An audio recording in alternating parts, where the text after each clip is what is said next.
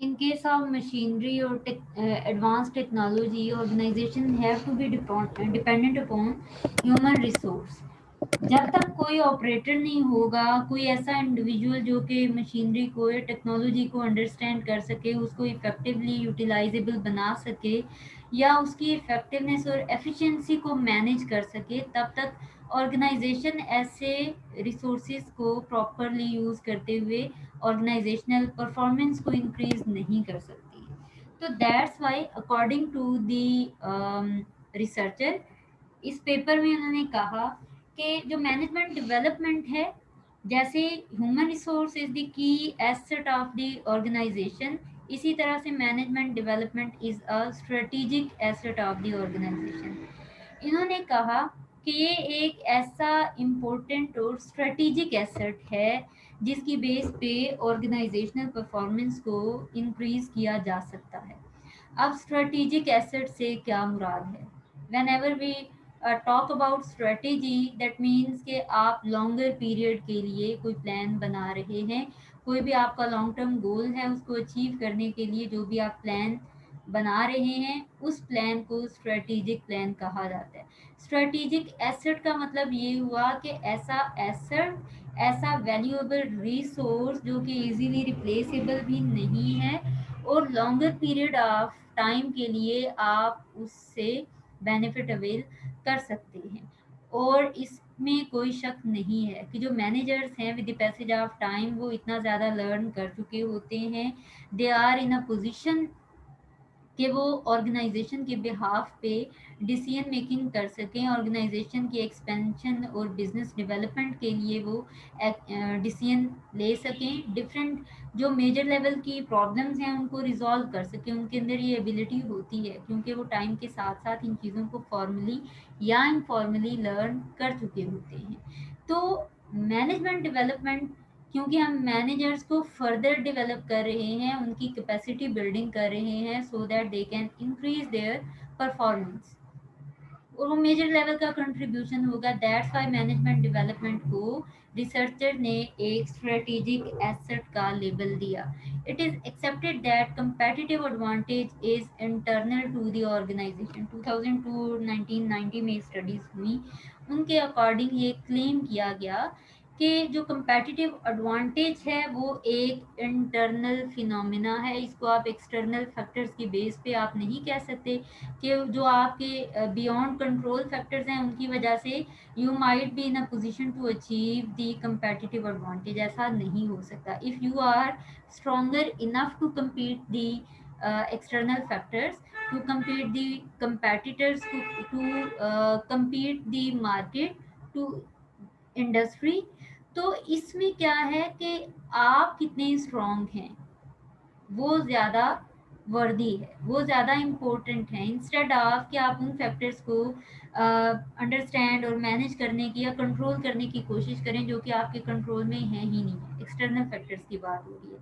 तो यहाँ पे जो रिसर्चर हैं उन्होंने बड़े तरीके से अपनी बात को मोल्ड किया कि मैनेजमेंट डेवलपमेंट एक स्ट्रेटेजिक एसेट है, पहले एक क्लेम किया, फिर उसको प्रीवियस लिटरेचर के साथ एक स्टोरी बिल्ड करने की कोशिश की कि इंटरनल जो कंपेटिटिव एडवांटेज है वो एक इंटरनल फैक्टर है। दैट मीन्स ऑर्गेनाइजेशन की कैपेसिटी, ऑर्गेनाइजेशन के जो रिसोर्सेज हैं उनकी बेस पे an organisation can achieve the और obtain दी competitive advantage। competitive advantage का मतलब ये होता है advantage over your competitors, be quality of being superior among the competitors। जितने लोग एक इंडस्ट्री में काम कर रहे हैं उन सब में आप सुपीरियर हैं, तो ऑफ कोर्स आप तभी होंगे जब आप इंटरनली स्ट्रांग होंगे, आपके एसेट्स विल बी स्ट्रॉन्गर, उनमें कोई वीकनेस नहीं होनी चाहिए।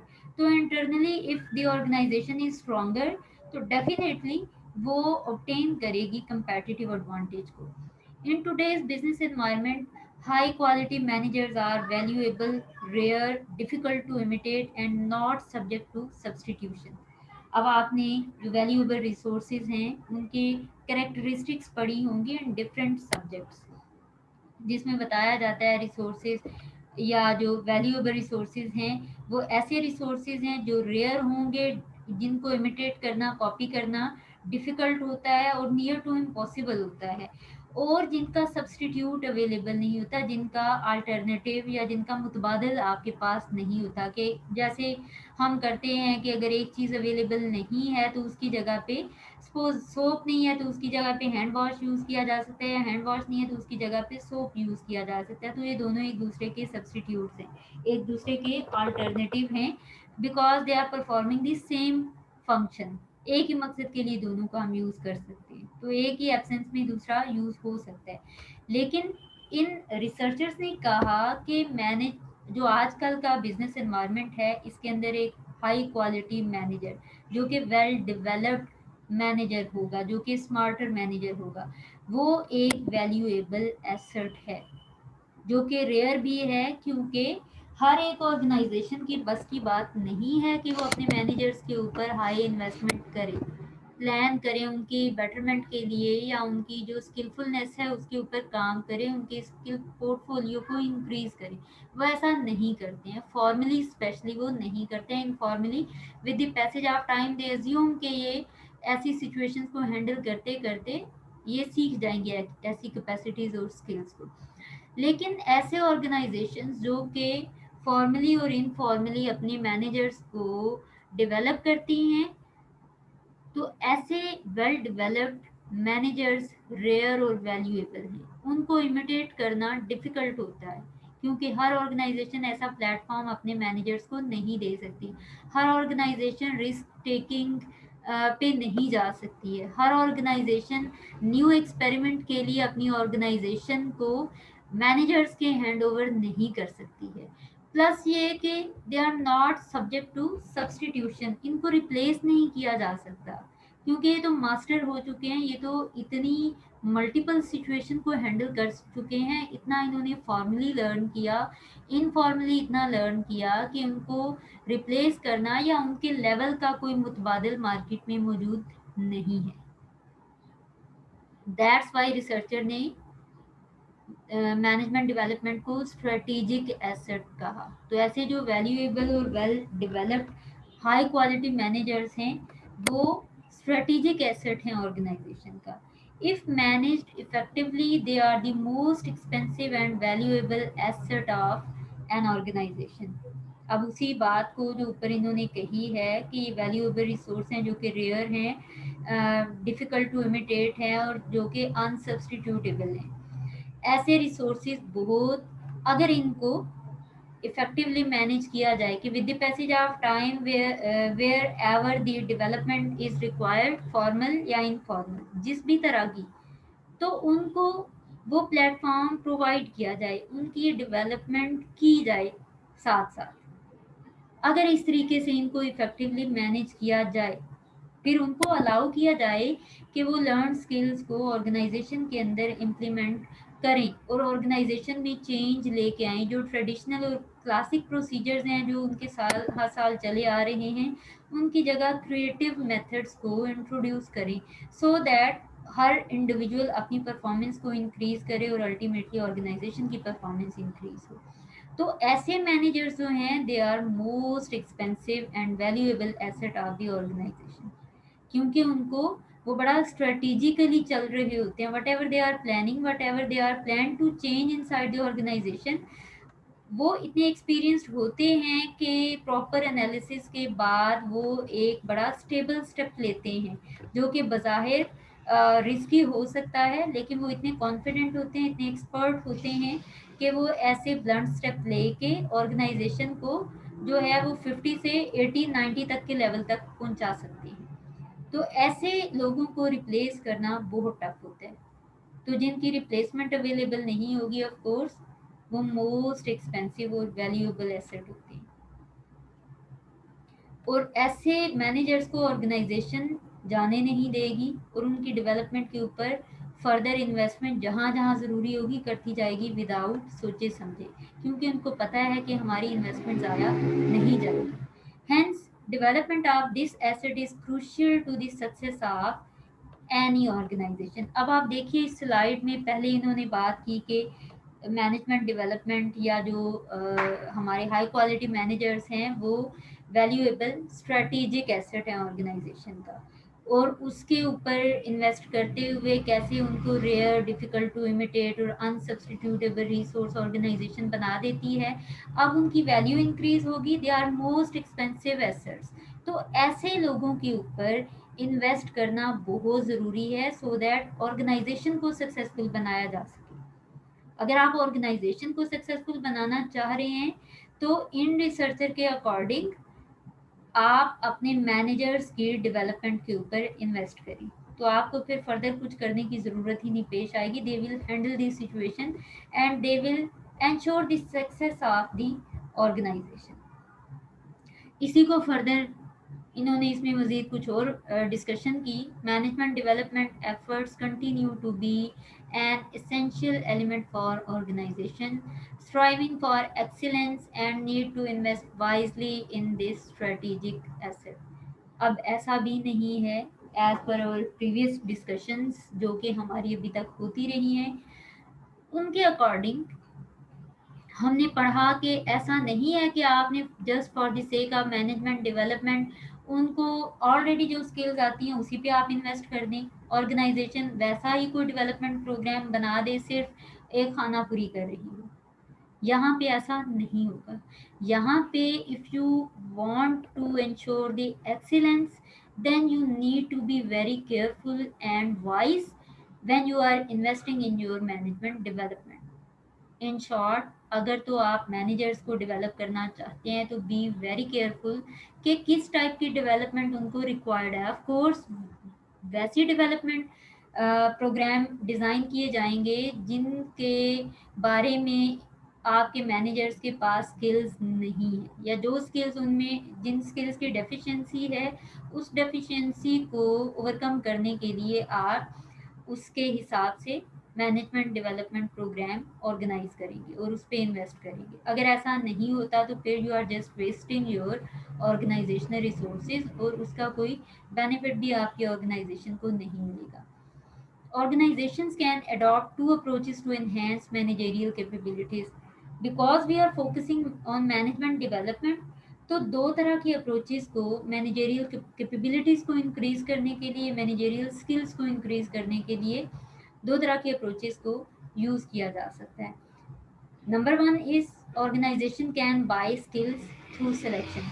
या तो वो नया बंदा हायर कर लें, आपको यहाँ पे थोड़ा बहुत आपने ह्यूमन रिसोर्स मैनेजमेंट में ये चीज़ें एम्प्लॉय के हवाले से पढ़ी होंगी कि if the job is vacant तो उसके लिए ऑर्गेनाइजेशन रिक्रूटमेंट करती है और सिलेक्शन प्रोसेस के थ्रू एक जो पूल ऑफ कैंडिडेट इकट्ठा किया होता है उसमें से बेस्ट वन को चूज़ किया जाता है। तो organisation will do the same process in it. अब इसमें या तो नया बंदा जो है उसको सिलेक्ट करें सिलेक्शन प्रोसेस के थ्रू। दूसरी अप्रोच क्या हो सकती है, organisations can improve the quality of the current employees by providing comprehensive human resource development programmes after selection.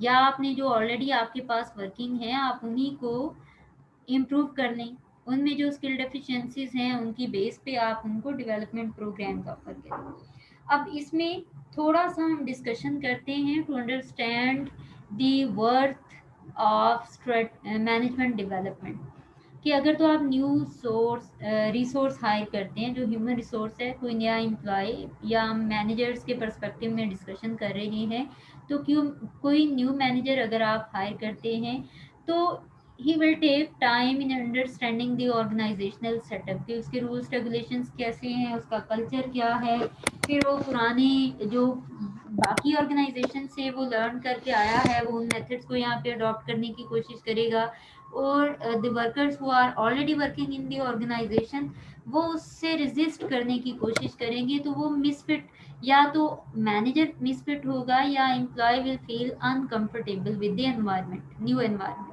उस न्यू बॉस या न्यू मैनेजर की वजह से। तो it is better to invest in the current employee जो कि आपके पास already काम कर रहा है, जो कि आपका ऑलरेडी एक मैनेजर है, आप उसके ऊपर इन्वेस्ट करें। He is a person who is working from many of the years with the organisation, उसमें काम कर रहा है, उसको एम्प्लॉयज़ का पता है किसका क्या मसला है, कौन किस में एक्सपर्ट है, किसकी किस में स्किल डेफिशिएंसी है, कौन क्या कर सकता है, कौन किस नेचर का है, ऑर्गेनाइजेशन का स्ट्रक्चर कैसा है, ऑर्गेनाइजेशन का कल्चर कैसा है, उसको अपनी ऑर्गेनाइजेशन को नए सिरे से जानने की ज़रूरत नहीं पेश आती है। तो वो टाइम जो आप न्यू मैनेजर हायर करके उसको फिट होने में या माहौल को अंडरस्टैंड करने में वेस्ट कर रहे होते हैं, उतने टाइम के अंदर ऑर्गेनाइजेशन अपने करंट मैनेजर्स के ऊपर इन्वेस्ट करके उनको ज़्यादा उनकी वजह से आउटपुट ले सकती है। Investment in strategically focused management development offers more flexible and long-term advantages by signaling the choice of a value-added business strategy. अब आप बिजनेस के लॉन्ग टर्म प्लान्स को जब डेवलप कर रहे होते हैं, लॉन्ग टर्म गोल्स को अचीव करने के लिए लॉन्ग टर्म प्लान्स कर रहे होते हैं, तो उसमें आपको पता होता है कि हमारे करंट वर्कर्स में किसकी क्या कैपेसिटीज़ हैं, किसकी कौन सी स्किल्स हैं, वो क्या कुछ परफॉर्म कर सकता है।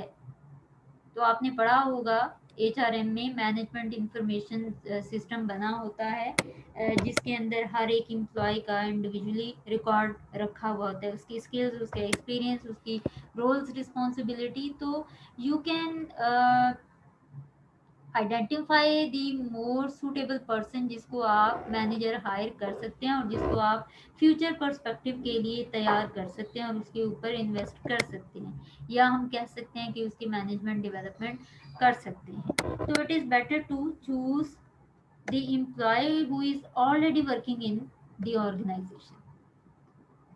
अब इसमें if the organisation is investing in strategically focused management development, तो उसके एडवांटेजेस क्या है। अगर आप करंट एम्प्लॉयज या करंट मैनेजर्स के ऊपर इन्वेस्ट कर रहे हैं तो उसके एडवांटेजेस क्या है। The challenge for organisation is to generate commitment for the duration of an individual stay by offering opportunities to develop. Whenever organization has decided कि किस इंडिविजुअल के ऊपर हमने इन्वेस्ट करना है, किसको हमने लोअर लेवल से या फर्स्ट लाइन मैनेजर से मिडिल लेवल मैनेजर तक प्रमोट करना है, और उसके लिए कौन ऐसा इंडिविजुअल है जिसके ऊपर अगर इन्वेस्ट किया जाए तो हमारी इन्वेस्टमेंट ज़ाया नहीं होगी। ऑर्गेनाइजेशन ये स्ट्रेटेजिकली प्लान कर रही होती है। एक प्रॉब्लम जो बहुत बड़ा आता है, जो कि ऑर्गेनाइजेशन को फेस करना पड़ता है, वो कौन सा प्रॉब्लम या चैलेंज है कि कोई गारंटी नहीं है कि वो एम्प्लॉय या वो फर्स्ट लाइन मैनेजर आपसे मैनेजमेंट डेवलपमेंट ले, कोई प्रोग्राम अटेंड करे, वो आपसे न्यू स्किल्स को वो लर्न करे और उसके बाद वो आपके साथ कमिटेड रहता है या नहीं रहता। यहाँ पे एक मिसट्रस्ट वाली सिचुएशन अराइज होती है कि किस तरह से उसको कमिटेड रखा जाए। चांसेस ये भी हो सकते हैं कि आपका एम्प्लॉय लर्निंग के बाद या उस डेवलपमेंट प्रोग्राम में न्यू स्किल्स लर्निंग के बाद वहीं पे काम करे, या ये भी पॉसिबल हो सकता है कि वो आपकी ऑर्गेनाइजेशन को गुड बाय कहे और आपसे बेहतर कोई ऑर्गेनाइजेशन में चला जाए जहाँ पे कि उसको सेम या हाई लेवल की जॉब हायर पे के साथ या ज़्यादा पे के साथ उसको ऑफर की जा रही है। This create a relationship which brings mutual benefit for both parties. अब जो मैनेजमेंट डेवलपमेंट है ये दोनों पार्टीज के लिए म्यूचुअली बेनिफिशियल है। कैसे कि organisation is investing on the manager, manager के ऊपर वो उसको न्यू स्किल्स सिखा रही है, तो मैनेजर की एम्प्लॉयबिलिटी, उसकी स्किल्स, उसकी कैपेसिटीज बढ़ रही हैं। और मैनेजर क्या कर सकता है कि डेवलपमेंट प्रोग्राम अटेंड करने के बाद या न्यू स्किल्स को लर्न करने के बाद उनको अपनी ही ऑर्गेनाइजेशन में यूटिलाइज करे और ऑर्गेनाइजेशन की परफॉर्मेंस को इंक्रीज करे। वो पर्पस जिसके लिए ऑर्गेनाइजेशन ने एक एम्प्लॉय के ऊपर इन्वेस्ट किया, वो वाला मकसद ऑर्गेनाइजेशन का पूरा करे। तो इस तरह से दोनों एक दूसरे के लिए बेनिफिशियल, ऑर्गेनाइजेशन मैनेजर के लिए और मैनेजर ऑर्गेनाइजेशन के लिए बेनिफिशियल हो रहा होता है। This relationship on the other hand maximizes the contribution that employees can make to the organization, and on the other enables them to maximize their own development। अब एक जगह तो एक तरफ तो मैनेजमेंट डेवलपमेंट के थ्रू मैनेजर्स की जो कैपेसिटीज़ हैं वो बढ़ रही हैं, जो एबिलिटीज़ हैं, जो स्किल्स हैं वो इंक्रीज़ हो रही हैं। प्लस ये कि वो उन लर्न स्किल्स को ऑर्गेनाइजेशन में कंट्रीब्यूट करके ऑर्गेनाइजेशन का की जो ओवरऑल परफॉर्मेंस है उसको इंक्रीज कर सकता है, जिस मोटिव के लिए ऑर्गेनाइजेशन उसके ऊपर इन्वेस्ट कर रही होती है। Organizations are committed to the development of individuals. Organisation committed होती हैं अपने एम्प्लॉयज़ के साथ, अपने मैनेजर्स के साथ। दैट्स वाई वो उनको चूज़ करती हैं कि इनको दे आर मच केपेबल कि इनको एक न्यू स्किल या सेट ऑफ स्किल्स इनको सिखाया जाए। In return individuals flow back that they have learn into the organisation. अब जो भी उन्होंने सीखा हुआ है उसको वो वापस ऑर्गेनाइजेशन के ऊपर अप्लाई करेंगे। Provisions for learning can increase the level of commitment of managers to the organization and increase their participation that the organization is good place to work. अब यहाँ पे ऑर्गेनाइजेशन अपने एम्प्लॉयज़ के ऊपर इन्वेस्ट कर रही होती है और employees are suppose to be contribute to the organisation after learning new skills. इसमें कमिटमेंट बहुत ज़रूरी होती है। एक कमिटमेंट तो ये कि ऑर्गेनाइजेशन अपने मैनेजर्स के ऊपर इन्वेस्ट करे, प्लस ये कि मैनेजर कमिटेड रहे ऑर्गेनाइजेशन के साथ और जो भी न्यू स्किल्स वो लर्न करता है उसको ऑर्गेनाइजेशन में इम्प्लीमेंट करे। In developing managers, organization could use two processes. अब दो तरह के processes managers की development में organization choose कर सकती है, एक इनफॉर्मल और एक फॉर्मल। इनफॉर्मल मैनेजमेंट प्रोसेसेस हम पिछली क्लासेस में पढ़ चुके हैं ऑलरेडी कि उसके अंदर आप डिफरेंट ऑर्गेनाइजेशन के अंदर ही होने वाली एक्टिविटीज़ को इनफॉर्मली हैंड ओवर किया जा रहा होता है या they are perform by the managers so that वो न्यू स्किल्स को लर्न करें, उन सिचुएशंस को हैंडल करना उनको आए। टास्क किस तरीके से अकम्प्लिश करना है, इंटरपर्सनल इंटरेक्शन। इसके अलावा हमने पढ़ा था learning from task, learning from individuals and learning with individuals. तो ये डिफरेंट तरह की डिफरेंट तरह की मैनेजमेंट लर्निंग प्रोसेसेस के थ्रू आप मैनेजमेंट डेवलपमेंट कर सकते हैं। प्लस फॉर्मल मैनेजमेंट प्रोसेसेस में आपके जो इंस्टीट्यूशनली स्पॉन्सर्ड प्लान और डिलिब्रेट प्रोसेसेस होते हैं जिनके अंदर आप एक कंट्रोल्ड एनवायरनमेंट में एम्प्लॉयज़ को न्यू स्किल सिखा रहे होते हैं, उसमें मेंटोरिंग आ रही थी, उसमें हमने डिफरेंट असाइनमेंट बेस्ड हमने देखा, हमने डिफरेंट तरह के फॉर्मल प्रोसेसेस को प्रीवियस लेक्चर्स के अंदर डिस्कस किया कि कैसे उनके थ्रू मैनेजमेंट डेवलपमेंट की जा रही होती है। और फिर हमने जो पहले भी 2017 में स्टडी हुई उसमें भी ये चीज़ पढ़ी थी और इन रिसर्चर ने भी यही कहा कि बोथ ऑफ द प्रोसेसेस जो फॉर्मल और इनफॉर्मल हैं they are effective for management development. Single से ज़्यादा if the organisation is focusing on both of the processes तो management development will be more effective.